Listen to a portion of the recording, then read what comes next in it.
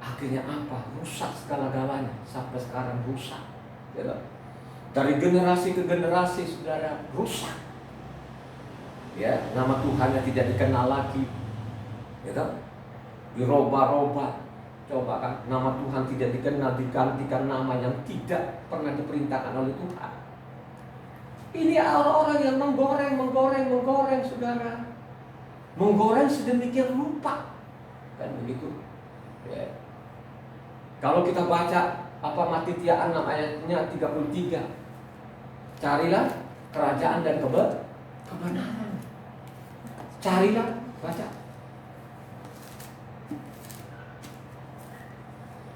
Tetapi carilah dahulu kerajaan Tuhan dan kebenarannya, maka semuanya itu akan ditambahkan kepadamu. Carilah kerajaan dan kebenarannya, dia akan menambahkan, saudara. Cari di mana? Cari dari mimbar-mimbar itu yang sudah memutarbalikkan kebenaran, yang menggoreng-goreng firman Tuhan. Cari yang dimaksud itu, bacalah kitab suci. Bacalah kitab suci ini siang dan malam, renungkan firman itu siang dan malam, sehingga lo memperoleh namanya kekayaan. Ya. Baca kitab suci ini supaya tidak ditipu. Baca kitab suci ini supaya tidak digoreng, saudara. Ya. Kalau engkau baca lagi namanya Matitia 16 di sana ayat 26, apa gunanya di dunia ini lu miliki tapi lu mati? Coba baca Matitia 16 ayat 26. Apa gunanya seorang memperoleh seluruh dunia tetapi kehilangan nyawanya? Dan apakah yang dapat diberikannya sebagai ganti nyawanya? Apa gunanya ini lu miliki seluruh dunia tapi kehilangan nyawa? Maksud itu apa? Ya kan? Lu cari nafkah dari pagi sampai pagi lagi. Ya. Akhir rohaninya gak ada. Ya. Pengetahuan akan firman gak ada. Maka itu mati sia-sialah hidup di bawah kolong langit ini. Yang kau cari itu apa? Yang kau cari itu kan dari lahirmu sampai 70, 80 kalau kau kuat.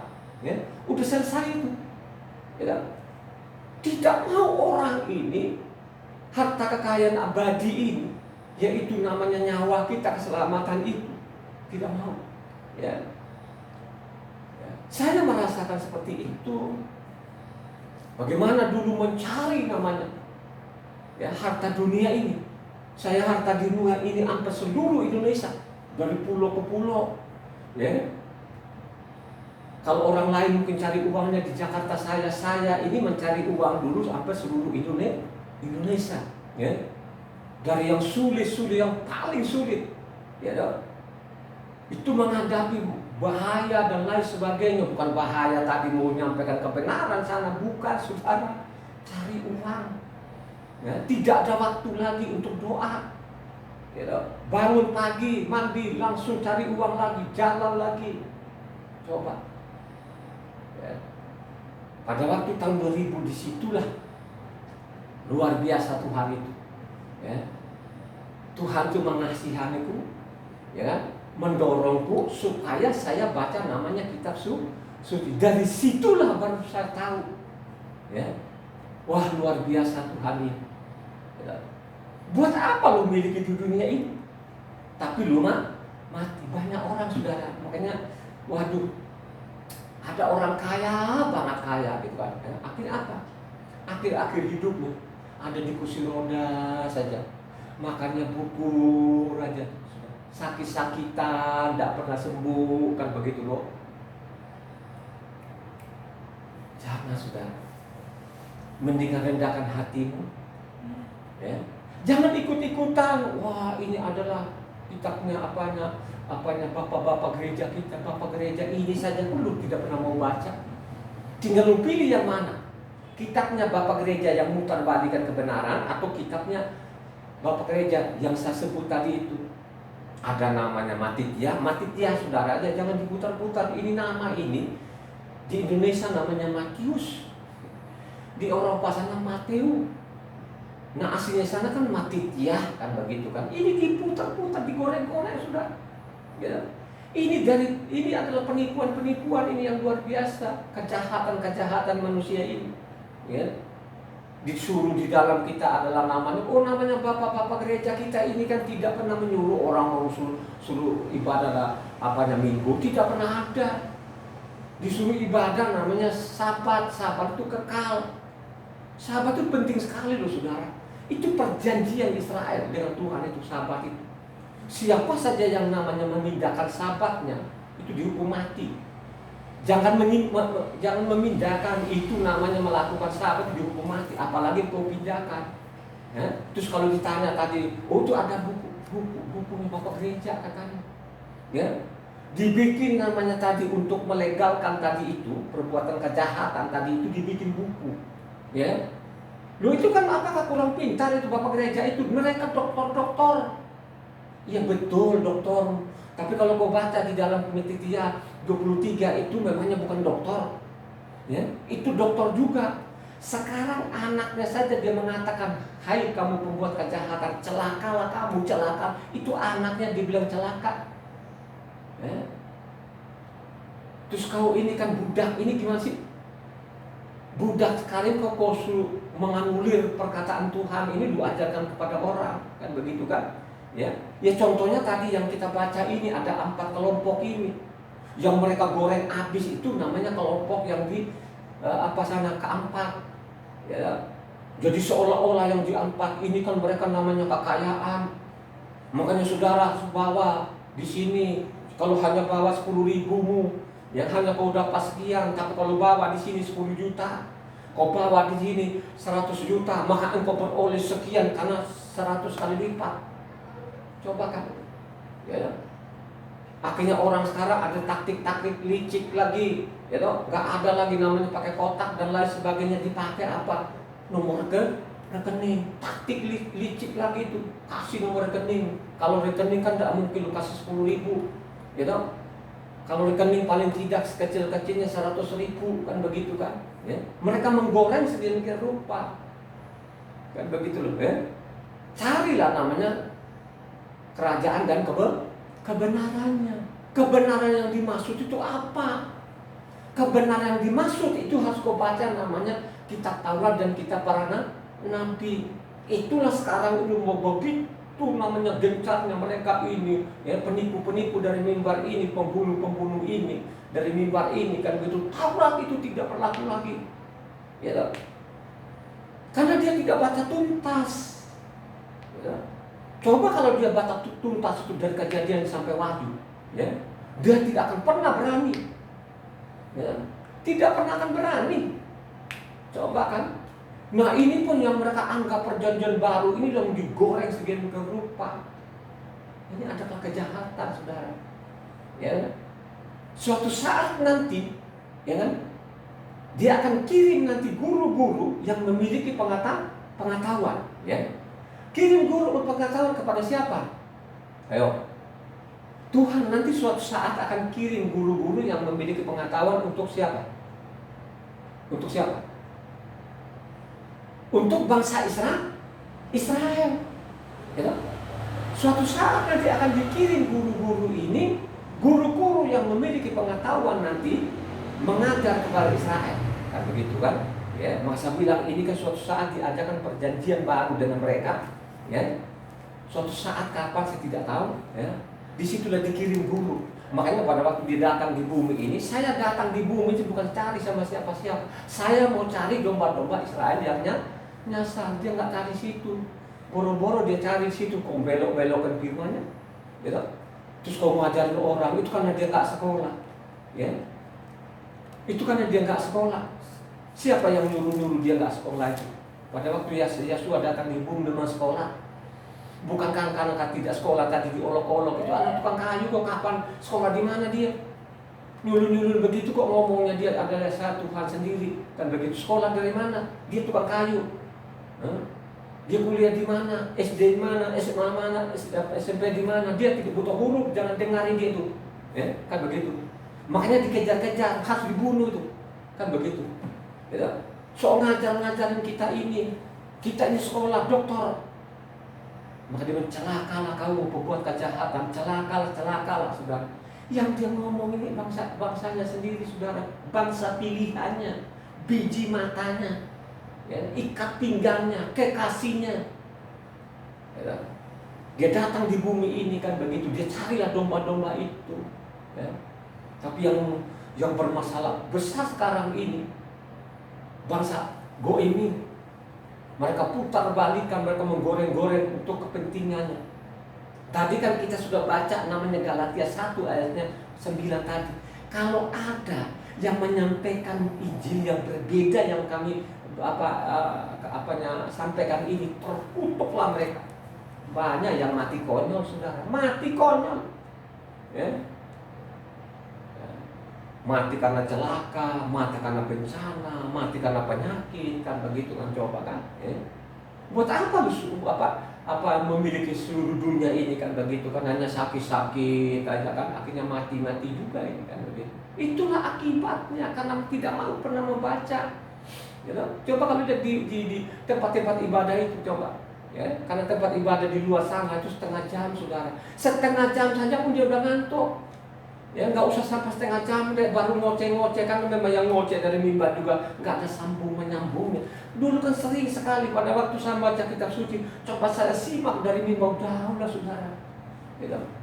Kalau saya datang di tempat-tempat ibadah dulu itu, coba saya koreksi, ya. Benar nggak di dalam isi kitab suci dengan mulutnya itu sinkron nggak? Kagak, saudara, banyak. Contoh yang sering saya dengar ini adalah namanya tadi yang benih ini, yang di jalan, di batu, semak kan gitu kan. Kalau semak-semak ini kan coba kan, ya. Kalau gua miskin terus begini sih, waduh kagak deh, mendingan gua tinggal aja deh, gua cari uang dan lain sebagainya. Seperti itulah karena saya sendiri pun mengalami, saudara. Ya. Saya cari uang itu kan, waduh, bukan banting tulang jungkir balik itu, sampai seluruh Indonesia taruhan nyawa. Karena belas kasihan saja Tuhan ini sehingga saya seperti ini. Banyak orang yang tertawain sama saya, teman-teman lah saya gitu kan. Apa benar dia jadi pendeta kan gitu? Benar nggak Citara itu jadi pendeta kan gitu kan? Hei Pak Pendeta kan gitu kan? Ketawa. Mana mungkin Citara itu jadi pendeta kan begitu? Orangnya temperamen dan lain sebagainya kan begitu loh ya. Nggak mungkin katanya. Ya itu faktanya. Gitu. Saya mau menyampaikan kebenaran ini sesungguh-sungguhnya. Buat apa lu miliki dunia ini? Gitu. Tapi tidak ada kebenarannya. Bagaimana lu ada kebenaran kalau kau tidak ambil waktu-waktu sedikit untuk membaca, merenungkan firman Tuhan ini? Gitu. Maka suatu saat nanti ya akan dikirim guru-guru yang milik kita. Coba baca di Yeremia 3 ayat 15. Ini untuk siapa ini? Ya. Aku akan mengangkat bagimu gembala-gembala yang sesuai dengan hatiku. Mereka akan menggembalakan kamu dengan pengetahuan dan pengertian. Mereka nanti akan gembalakan kalian pengetahuan dan pengertian, saudara. Ya, suatu saat nanti, ya, ada guru-guru yang benar-benar nanti untuk mengajar kepada siapa ini, ke bangsa namanya pilihannya. Ya. Sehingga saya bilang Yeremia ini kau baca selengkapnya. Yeremia itu terakhir, saudara. Yerusalem itu dia bait suci sana dihancurkan oleh namanya Nebukadnezar itu, saudara. Ya.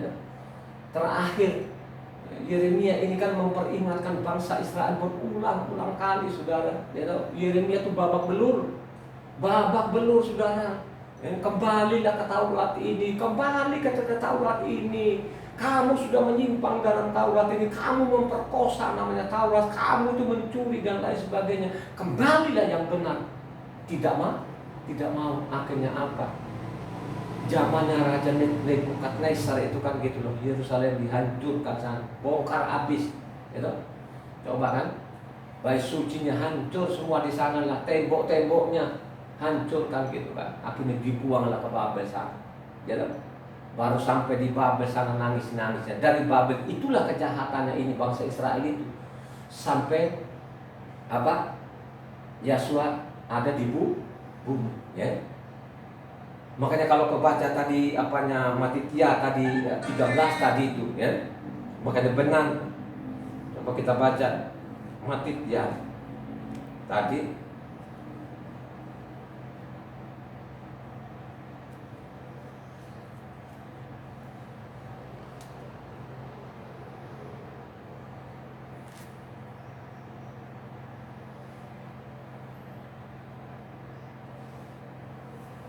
Kalau kita baca dari 14, maka kata mereka, maka pada mereka genaplah nubuatan Yesaya yang berbunyi, kamu akan mendengar dan mendengar, namun tidak mengerti. Kamu akan melihat dan melihat, namun tidak menangkap. Sebab hati bangsa ini telah menebal dan telinganya berat mendengar dan matanya melekat tertutup, supaya jangan mereka melihat dengan matanya, mendengar dengan telinganya dan mengerti dengan hatinya, lalu berbalik sehingga aku menyembuhkan mereka. Ini omong sama siapa? Ya, ini omong sama bangsa Israel. Ini nubuatan Yesaya mana? Coba baca Yesaya 6 ayatnya 9-10. Ya. Ini kan kutipan dari Yesaya 6 ayat 9 sampai 10. Baca.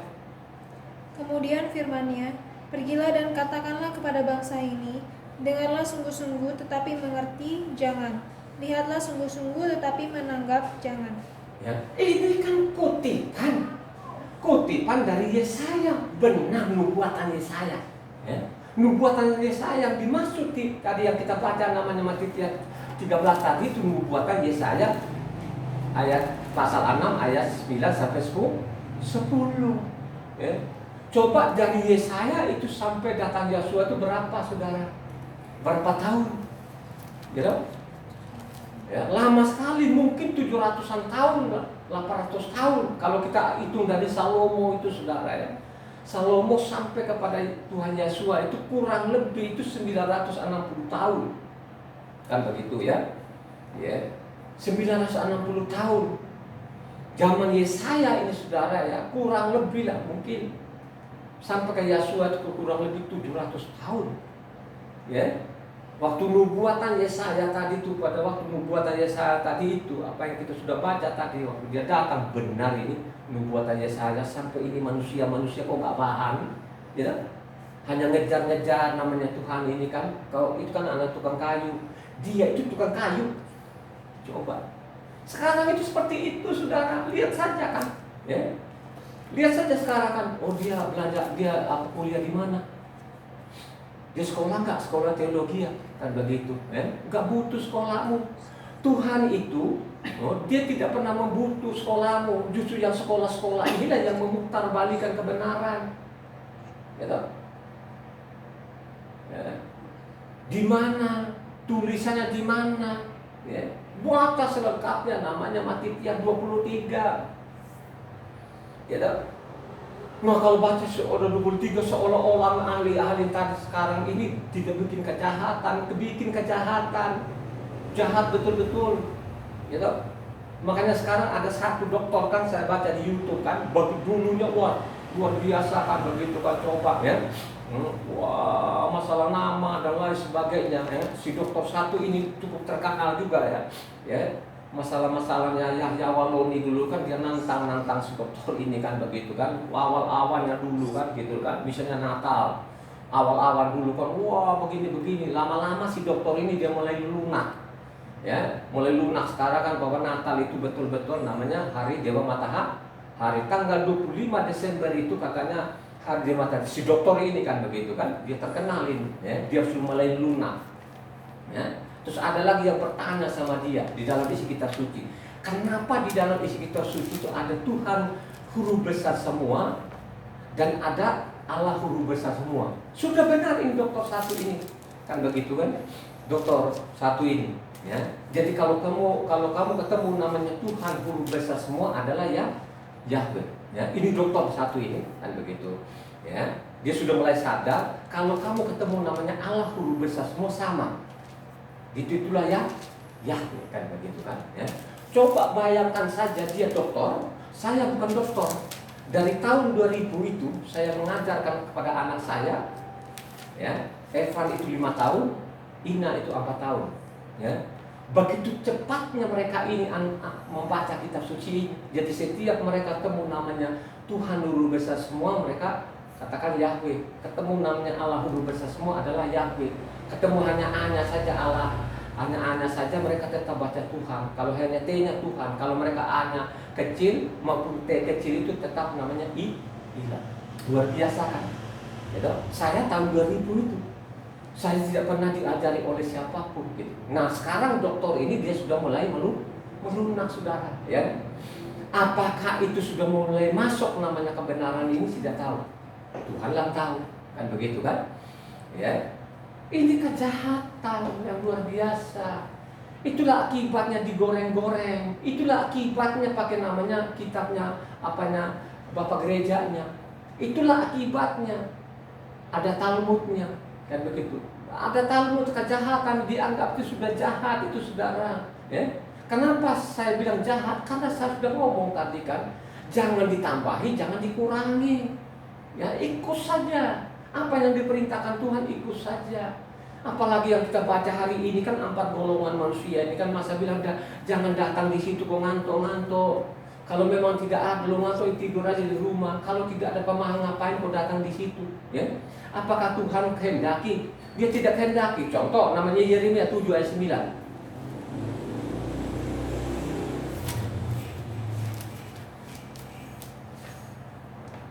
Rasakan kamu mencuri, membunuh, berzina, dan bersumpah palsu, membakar korban kepada Baal, dan mengikuti ilah lain yang tidak kamu kenal.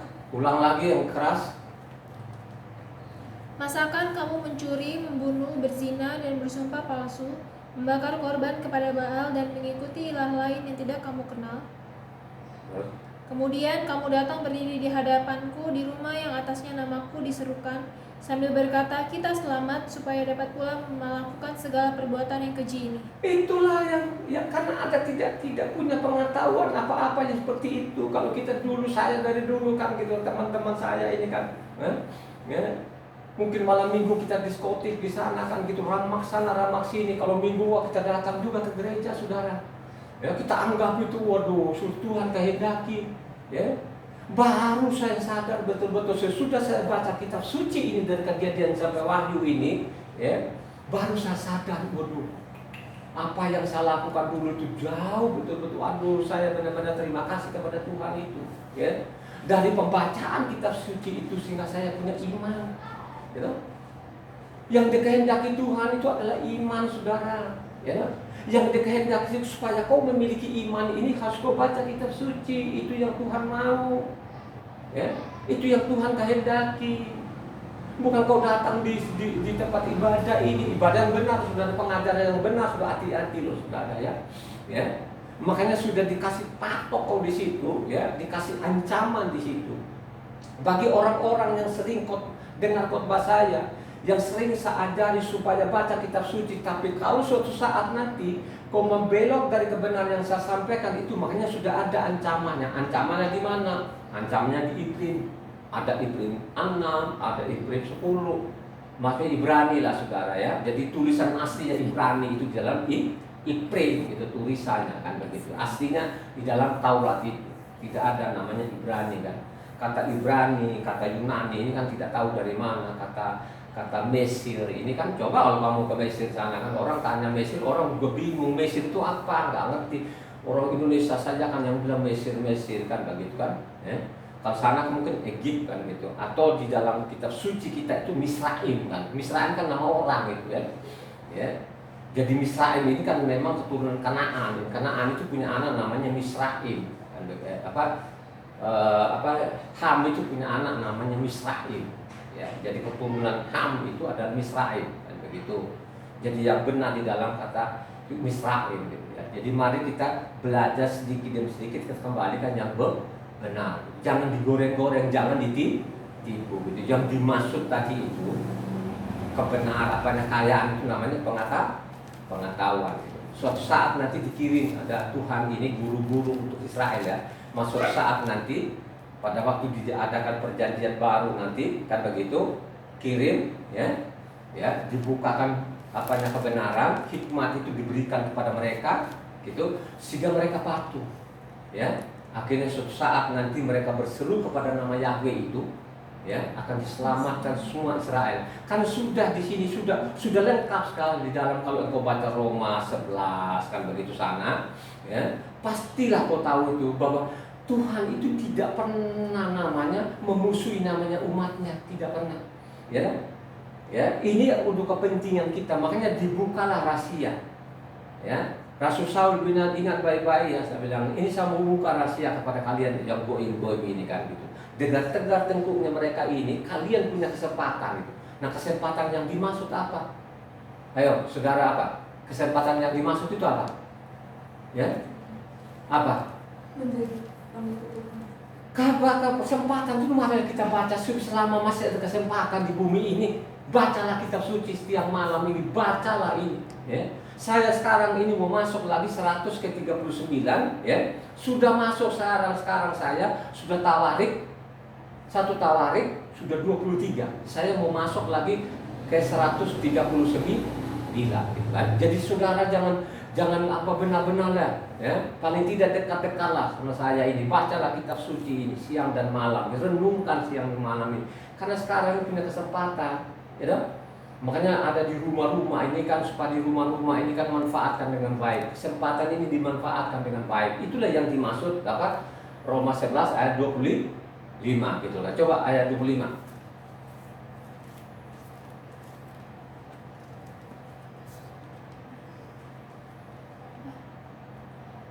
Roma 11 ayat 25. Ya, jangan main-main saudara, jangan bilang oh Israel sudah dipunahkan, tidak ada itu saudara, ya. Sebab saudara-saudara, supaya kamu jangan menganggap dirimu pandai, aku mau agar kamu mengetahui rahasia ini. Sebagian dari Israel telah menjadi tegar sampai jumlah yang penuh dari bangsa-bangsa lain telah masuk. Terus baca terus ya. Dengan jalan demikian, seluruh Israel akan diselamatkan. Seperti ada tertulis, dari Sion akan datang penebus, ia akan menyingkirkan segala kefasikan daripada Yakob. Dan inilah perjanjianku dengan mereka, apabila aku menghapuskan dosa mereka. Mengenai Injil, mereka adalah seteru Tuhan oleh karena kamu, tetapi mengenai pilihan, mereka adalah kasih Tuhan. Mulai pilihan kekasih Tuhan. Kalaupun mereka seperti sekarang, kepentingan kalian juga ini, kepentingan maksud ini kan supaya kau baca kitab suci, sehingga lu memiliki pengetahuan akan kebenaran. Lu tanpa pengetahuan akan kebenaran, maka sia-sialah hidup kau di bumi ini. Biarpun lu kaya raya, ya, nggak ada artinya kekayaan itu tanpa memiliki kebenaran, tanpa pengenalan akan Tuhan yang benar, tanpa firman yang benar, maka sia-sialah hidup kau ini. Kan begitu aja, ya. Ya. Itulah yang dimaksud di dalamnya. Itu yang dimaksud tadi, itu tanah yang baik gitu kan. Jangan salah paham. Jangan namanya gagal paham, supaya engkau tidak gagal paham, makanya baca kitab suci gitu. Itulah ajaran Tuhan, ya. Ya, itulah hikmah Tuhan, kan begitu, ya. Rendahkan hatinya, baca kitab suci dengan baik, dengan benar. Itu saja firman Tuhan.